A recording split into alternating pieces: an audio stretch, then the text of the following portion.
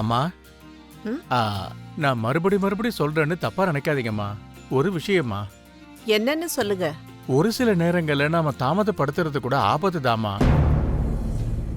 அர்ஜுன் ஐயா கிட்டயும் லக்ஷ்மி அம்மா கிட்டயும் இந்த விஷயத்தை பத்தி பேசி ஒரு முடிவு எடுக்கணும்னு தோணுதுமா. ஆனா எனக்கு இன்னும் இந்த விஷயத்துல சந்தேகமா தான் இருக்கு. இன்னும் கொஞ்சம் டைம் எடுத்துக்கிட்டா நல்லா இருக்குமோன்னு தோணுது. அம்மா, இப்போ வரைக்கும் அந்த மாதிரி நினைச்சுதான் 5 வருஷத்தை நீங்க வீணடிச்சிட்டீங்க. இனிமேல இப்படி யோசிச்சுக்கிட்டே இருந்தா இன்னொரு 5 வருஷமும் போயிடும்னு நினைக்கிறேன். இதனால அவங்க வயசுதான் அதிகமாகுமே தவிர அவங்க வாழ்க்கை சிறப்பா இருக்காதும்மா. இன்னைக்கே இவங்களோட விஷயத்துக்கு நீங்க ஒரு முடிவு எடுத்தீங்கன்னா நல்லா இருக்குங்கிறது என்னோட அபிப்பிராயம். அப்படியே செய்யறேன்ப்பா. அவங்க வந்த உடனே அவங்க கிட்ட பேசுறேன். என்ன மன்னிச்சிரு ஜானு.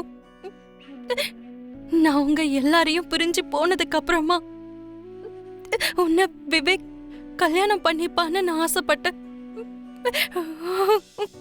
நீ விவேக் கூட ரொம்ப சந்தோஷமா இருப்பேன்னு நான் எதிர்பார்த்துக்கிட்டு இருந்தேன். அவனை நீ கல்யாணம் பண்ணிக்காம இன்னும் தனியா தான் வாழ்ந்துகிட்டு இருக்கேன்னு நான் நினைச்சு கூட பார்க்கல ஜானு.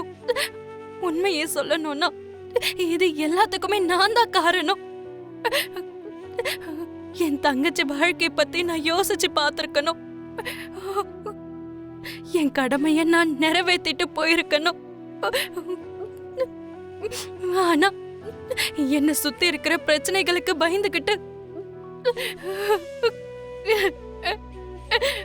எல்லாரையும் விட்டுட்டு நான் ரொம்ப தூரமா போயிட்டேன்.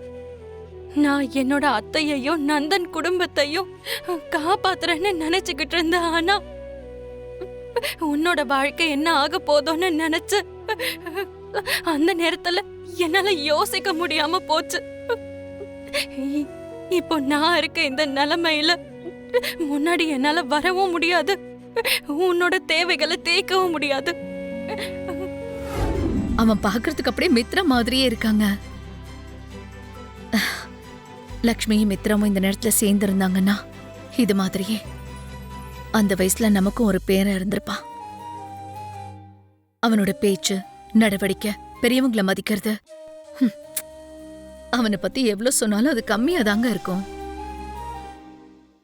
ஒரு செகண்ட் அவனை என் கூட நம்ம வீட்டுக்கு கூட்டிட்டு வரணும்னு தோணுச்சு. என்ன நேத்து வரைக்கும் பேத்தி பேத்தின்னு கூப்பிட்டு பேத்தி மேல பாசத்தை பொழிஞ்சுக்கிட்டு இருந்த, இப்ப என்ன சடனா உன் பாசத்தை எல்லாம் அந்த பையன் மேல காட்டுற மாதிரியே இருக்கு? ஏன் என் பேத்தி மேல நான் பாசம் காட்டுறதுனால வேற யார் மேலயும் நான் பாசம் வைக்க கூடாதா என்ன? அவன் கூட என் பேர மாதிரி தானுங்க. அது சரி, மித்ரா எங்க போனாங்க? ஆளை காணோம். இன்னைக்கு புது ப்ராஜெக்டோட டெண்டர் இருக்குல்ல, அங்க போயிருக்கான். காலையிலேயே கிளம்பிட்டான். ஒரு காலத்துல எனக்கும் அர்ஜுனோட அப்பாவுக்கும் போட்டி இருந்தது. இப்போ அது அர்ஜுனுக்கும் மித்ராவுக்கும் நடந்துகிட்டு இருக்கு. இப்போ அந்த போட்டி எங்க போய் முடிய போகுதுன்னு தெரியல. சரி சரி, எனக்கு ஒரு காஃபி கொண்டு வரியா? இப்பவே எடுத்துட்டு வரேங்க. ஹலோ எவ்ரிபடி, இங்க வந்திருக்கிற எல்லாரும் ரொம்ப பெரிய பிசினஸ் மேன்ஸ். உங்க எல்லாரோட நேரமும் ரொம்ப வேல்யூ ஆனதுனால நான் இப்ப ரொம்ப அதிகமா பேசாம ஸ்ட்ரெயிட்டா நான் பாயிண்ட்கே வந்துடுறேன். இந்த ப்ராஜெக்டுக்காக நிறைய பேரு நிறைய கொட்டேஷன்ஸோட வந்திருக்கீங்க. ஆனா ஃபைனலா ப்ராஜெக்டை சாட்டிஸ்ஃபை பண்ணி குட் கொட்டேஷனோட முன்னிலையில இருக்கிறது லக்கி குரூப் ஆஃப் இண்டஸ்ட்ரீஸ், அப்புறம் அர்ஜுன் குரூப் ஆஃப் இண்டஸ்ட்ரீஸ். ஆனா அவங்க 2 பேர்ல ஒருத்தரோட கைக்கு தான் இந்த டெண்டர் போக போகுது. அது யாருன்னா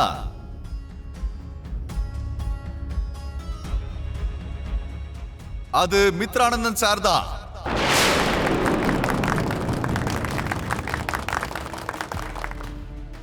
எங்க இருந்து வந்தியோ அங்கேயே போறதுக்கு தயாராரு. ஏன்னா இந்த ஊர் முழுக்க என்னோட சாம்ராஜ்யம்தான் அடங்கி இருக்கு. உனக்கு ஜெயிக்கிறது மட்டும் இல்ல, இனி போராடக்கூட வாய்ப்பே கிடைக்காது. கூடிய சீக்கிரத்தில் இந்த ஊரை விட்டு போகிறதுக்கு எல்லாத்தையும் பேக் பண்ணி வச்சுக்கோ. சிவா, மேடம், என்ன எல்லாரும் ஒரு மாதிரியா இருக்கீங்க? என்ன ஆச்சு? அது இன்னைக்கு டெண்டர் நடந்ததில்ல. அப்படின்னா டெண்டர் போயிடுச்சுன்னு நினைக்கிறேன். லாஸ் ஆன கம்பெனிய திரும்ப பழைய நிலைமைக்கு கொண்டு வரணும்னு நான் பண்ண முதல் காரியமே ஃபெயில் ஆயிடுச்சா?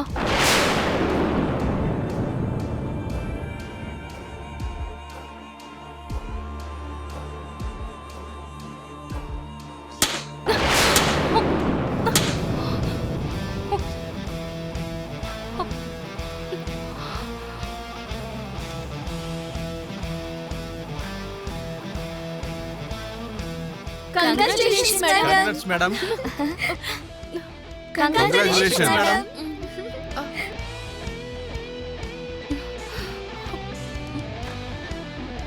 கங்க்ராச்சுலேஷன்ஸ் லக்ஷ்மி.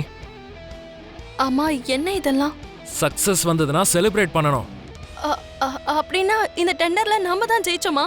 ஆமா லக்ஷ்மி. உண்மையாவா? என்னால இதை இப்ப வரைக்கும் நம்ப முடியலங்க. நான் ஆபீஸ்க்கு வந்த உடனே எல்லாரும் ரொம்ப சோகமா இருந்ததை பார்த்த உடனே டெண்டர் போயிடுச்சுன்னு நினைச்சு ரொம்பவே கவலைப்பட்டுட்டு இருந்தேன். கடைசி நேரத்துல டெண்டர் நம்ம கையை விட்டு போயிருச்சுன்னு தான் நான் நினைச்சிட்டு இருந்தேன். ஆனா கொட்டேஷன்ல உன்னோட புத்திசாலித்தனத்தால டெண்டர் கிடைக்கிறதுக்கு நீ உதவி பண்ணிருக்க. நீ போட்ட இந்த எஃபர்ட்னால தான் நம்ம கம்பெனி ஒரு ஸ்டெப் முன்னாடி போயிருக்க. ஆக்சுவலா அங்க என்ன நடந்ததுன்னா, வெயிட் மிஸ்டர் மோகன், sir, see this?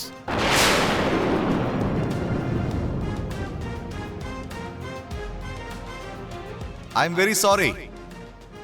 Sorry for the wrong announcement. ரெண்டு பேரோட கொட்டேஷனும் கிட்டத்தட்ட சேமா தான் இருக்கு. ஒரே ஒரு சிங்கிள் டிஜிட் டிஃபரன்ஸ் இருக்கிறதுனால ஒரு ஸ்மால் கன்ஃபியூஷன். உண்மையிலேயே இந்த டெண்டர் ஜெயிச்சது மிஸ்டர் அர்ஜுன் சார் தான்.